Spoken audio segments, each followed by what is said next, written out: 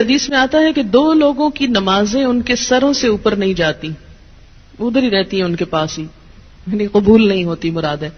ایک وہ عورت جو اپنے شوہر کی نافرمان ہو، پھر یاد رکھیں وہ شرط کے ساتھ، اللہ کی نافرمانی میں نہیں، اللہ کی فرما برداری میں شوہر کی فرما برداری۔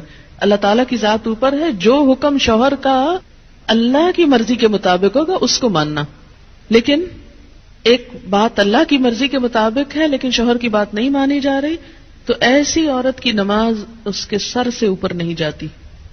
اور دوسرے اس غلام کی نماز جو اپنے آقا سے بھاگ جائے جب تک کہ واپس نہ آ جائے۔ ایک اور حدیث میں آتا ہے عورت شوہر کے معاملے میں کسی دوسرے کی بات نہ مانے، کسی دوسرے کی، حتیٰ کہ پیرنٹس کی بھی۔ آپ کو پتا ہے کہ والدین کی اطاعت فرض ہے۔ اللہ تعالیٰ نے قرآن پاک میں کیا کہا؟ اللہ کی عبادت کرو اور ماں باپ کی بات مانو۔ لیکن جب ایک عورت کی شادی ہو جاتی ہے تو اب اس کے لیے اس کا اصل گھر کون سا ہے؟ شوہر کا گھر ہے، اور اب اس کے لیے والدین کی اطاعت سیکنڈری ہے، شوہر کی اطاعت نمبر 1 ہو گئی ہے۔ پہلے والدین اس کی کفالت کر رہے تھے، اب شوہر اس کی کفالت کر رہا ہے۔ اب ایک نیا گھر بن رہا ہے۔ اس کے ڈسپلن میں کیا ہے کہ بیوی شوہر کی بات مانے، نہ کہ میکے کی ڈکٹیشن لیتی رہے روز ٹیلی فون پر، کیونکہ بہت آج کل جتنے کمیونیکیشن کے ذرائع بڑھ گئے اتنے ہی مسائل بڑھ گئے، اور اس کی ایک بنیادی وجہ کیا ہے کہ اچھے مشورے تو کم ہی ملتے ہیں، زیادہ تر ٹیلی فون بھی غیبت پروموٹ کرنے کا ذریعہ بن گئے۔ ایک دفعہ عورت ہو کے آتی ہے میکے سے تو موڈ بدلا ہوا ہوتا ہے۔ تو ایسی صورت میں اصل حکم کیا ہے کہ شوہر زیادہ اہم ہے، اب اس کی بات مانی۔ اور یہ کیوں اتنا سخت ڈسپلن رکھا گیا؟ کیونکہ جب تک ایک عورت کی وفاداری اس کے اپنے گھر سے نہیں ہوگی، گھر نہیں بنے گا۔ وہ بات میں ادھر بھاگی جا رہی ہے، یہ گھر خراب ہو رہا ہے۔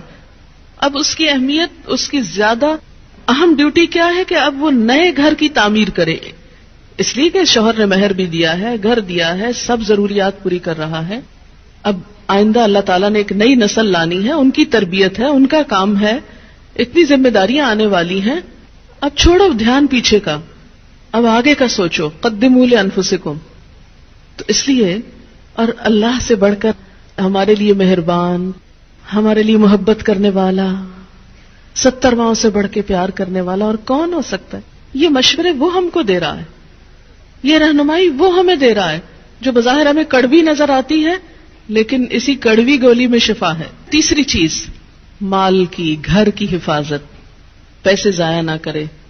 یہ نہیں کہ شوہر کے گھر، شوہر کے مال اور شوہر کی تنخواہ اور شوہر کی پراپرٹی میں سے چھپ چھپا کے میکے والوں کو مت بھیجتی رہے۔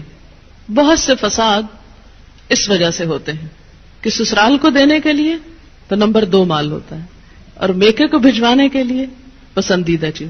قدرتی بات ہے کہ انسان کی جو اٹیچمنٹ ہوتی ہے وہ ماں باپ سے بہت زیادہ ہوتی ہے۔ ایک ایسی خیرخوائی ہوتی ہے جس میں دنیا کی کوئی دوسری چیز شریک ہی نہیں ہو سکتی۔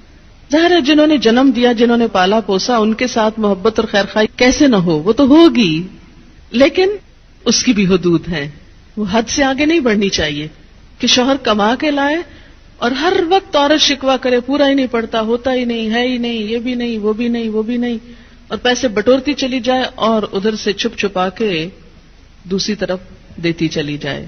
نہیں، حتیٰ کہ فی سبیل اللہ بھی اگر عورت کو دینا ہے تو شوہر کی رضامندی ضروری ہے، یعنی شوہر کا مشورہ بھی ہونا چاہیے اس میں۔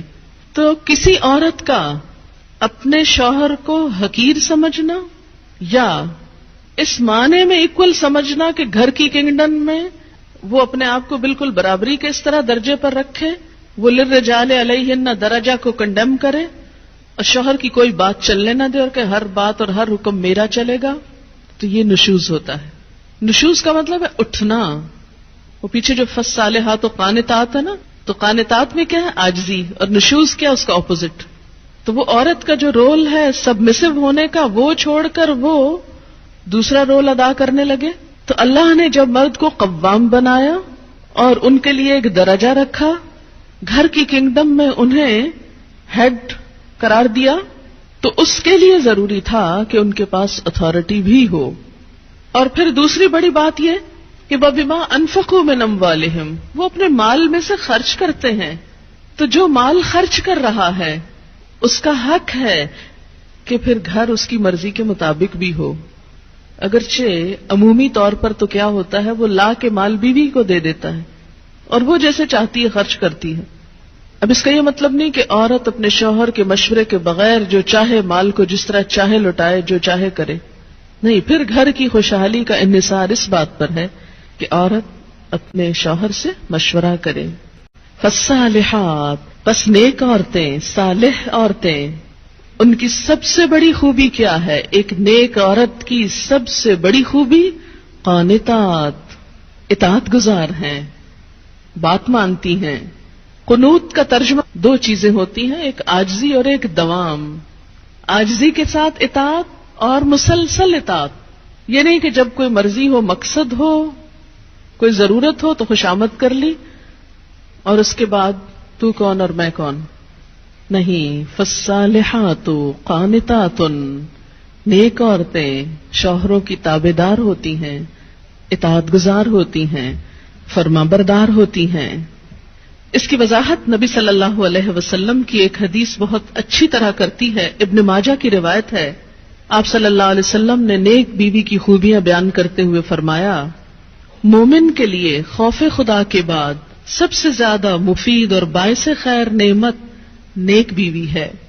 جب وہ اس سے کسی کام کو کہے تو خوشی سے کر دے، جب وہ اس پر نگاہ ڈالے تو اس کو خوش کر دے.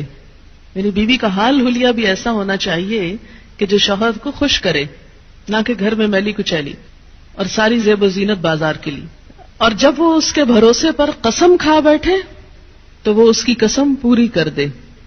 جب وہ کہیں چلا جائے تو وہ اس کے پیچھے اپنی عزت و آبرو کی حفاظت کرے اور شوہر کے مال اور اسباب کی نگرانی میں شوہر کی خیرخواہ اور وفادار رہے. تو یہ ہیں ایک اچھی بیوی کی خصوصیات جو نبی صلی اللہ علیہ وسلم نے فرمائی، جو اس آیت کی بہترین وضاحت کرتی ہیں. نمبر 1 اطاعت، اور اطاعت میں کیا کہ کوئی کام کہے تو خوشی سے کرے. اور نمبر 2 اگر وہ بیوی کے بھروسے پہ قسم کھا بیٹھے تو اس کی قسم پوری کر دے. اور اس اطاعت میں صرف یہ اطاعت ہی نہیں آتی کہ وہ کہے کھانا لا دو تو لا کے رکھ دے، اور وہ کہے کہ بازار چلو تو ساتھ چل دے.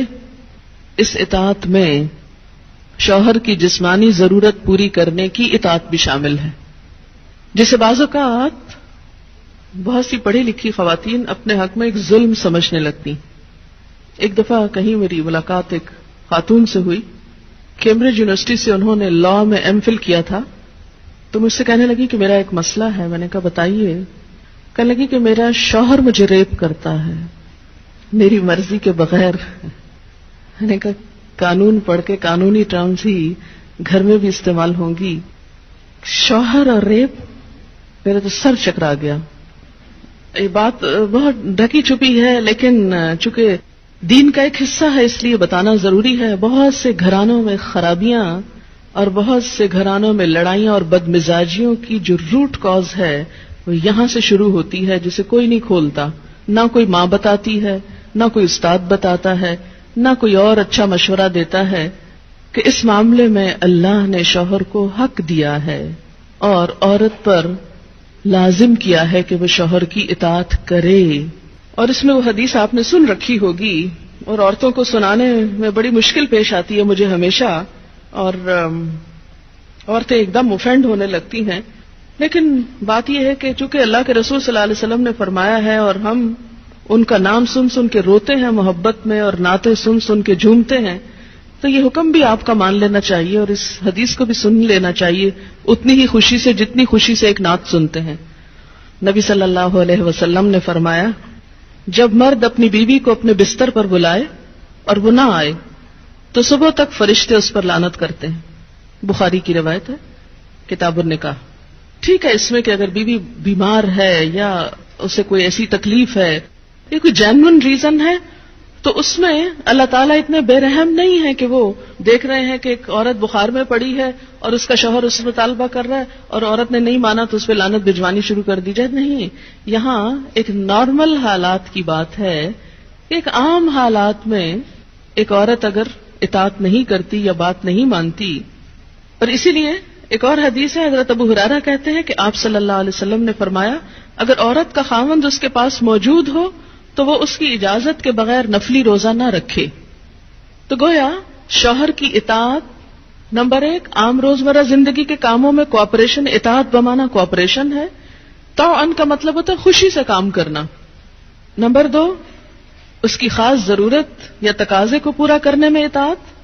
ہاں کہاں اطاعت نہیں؟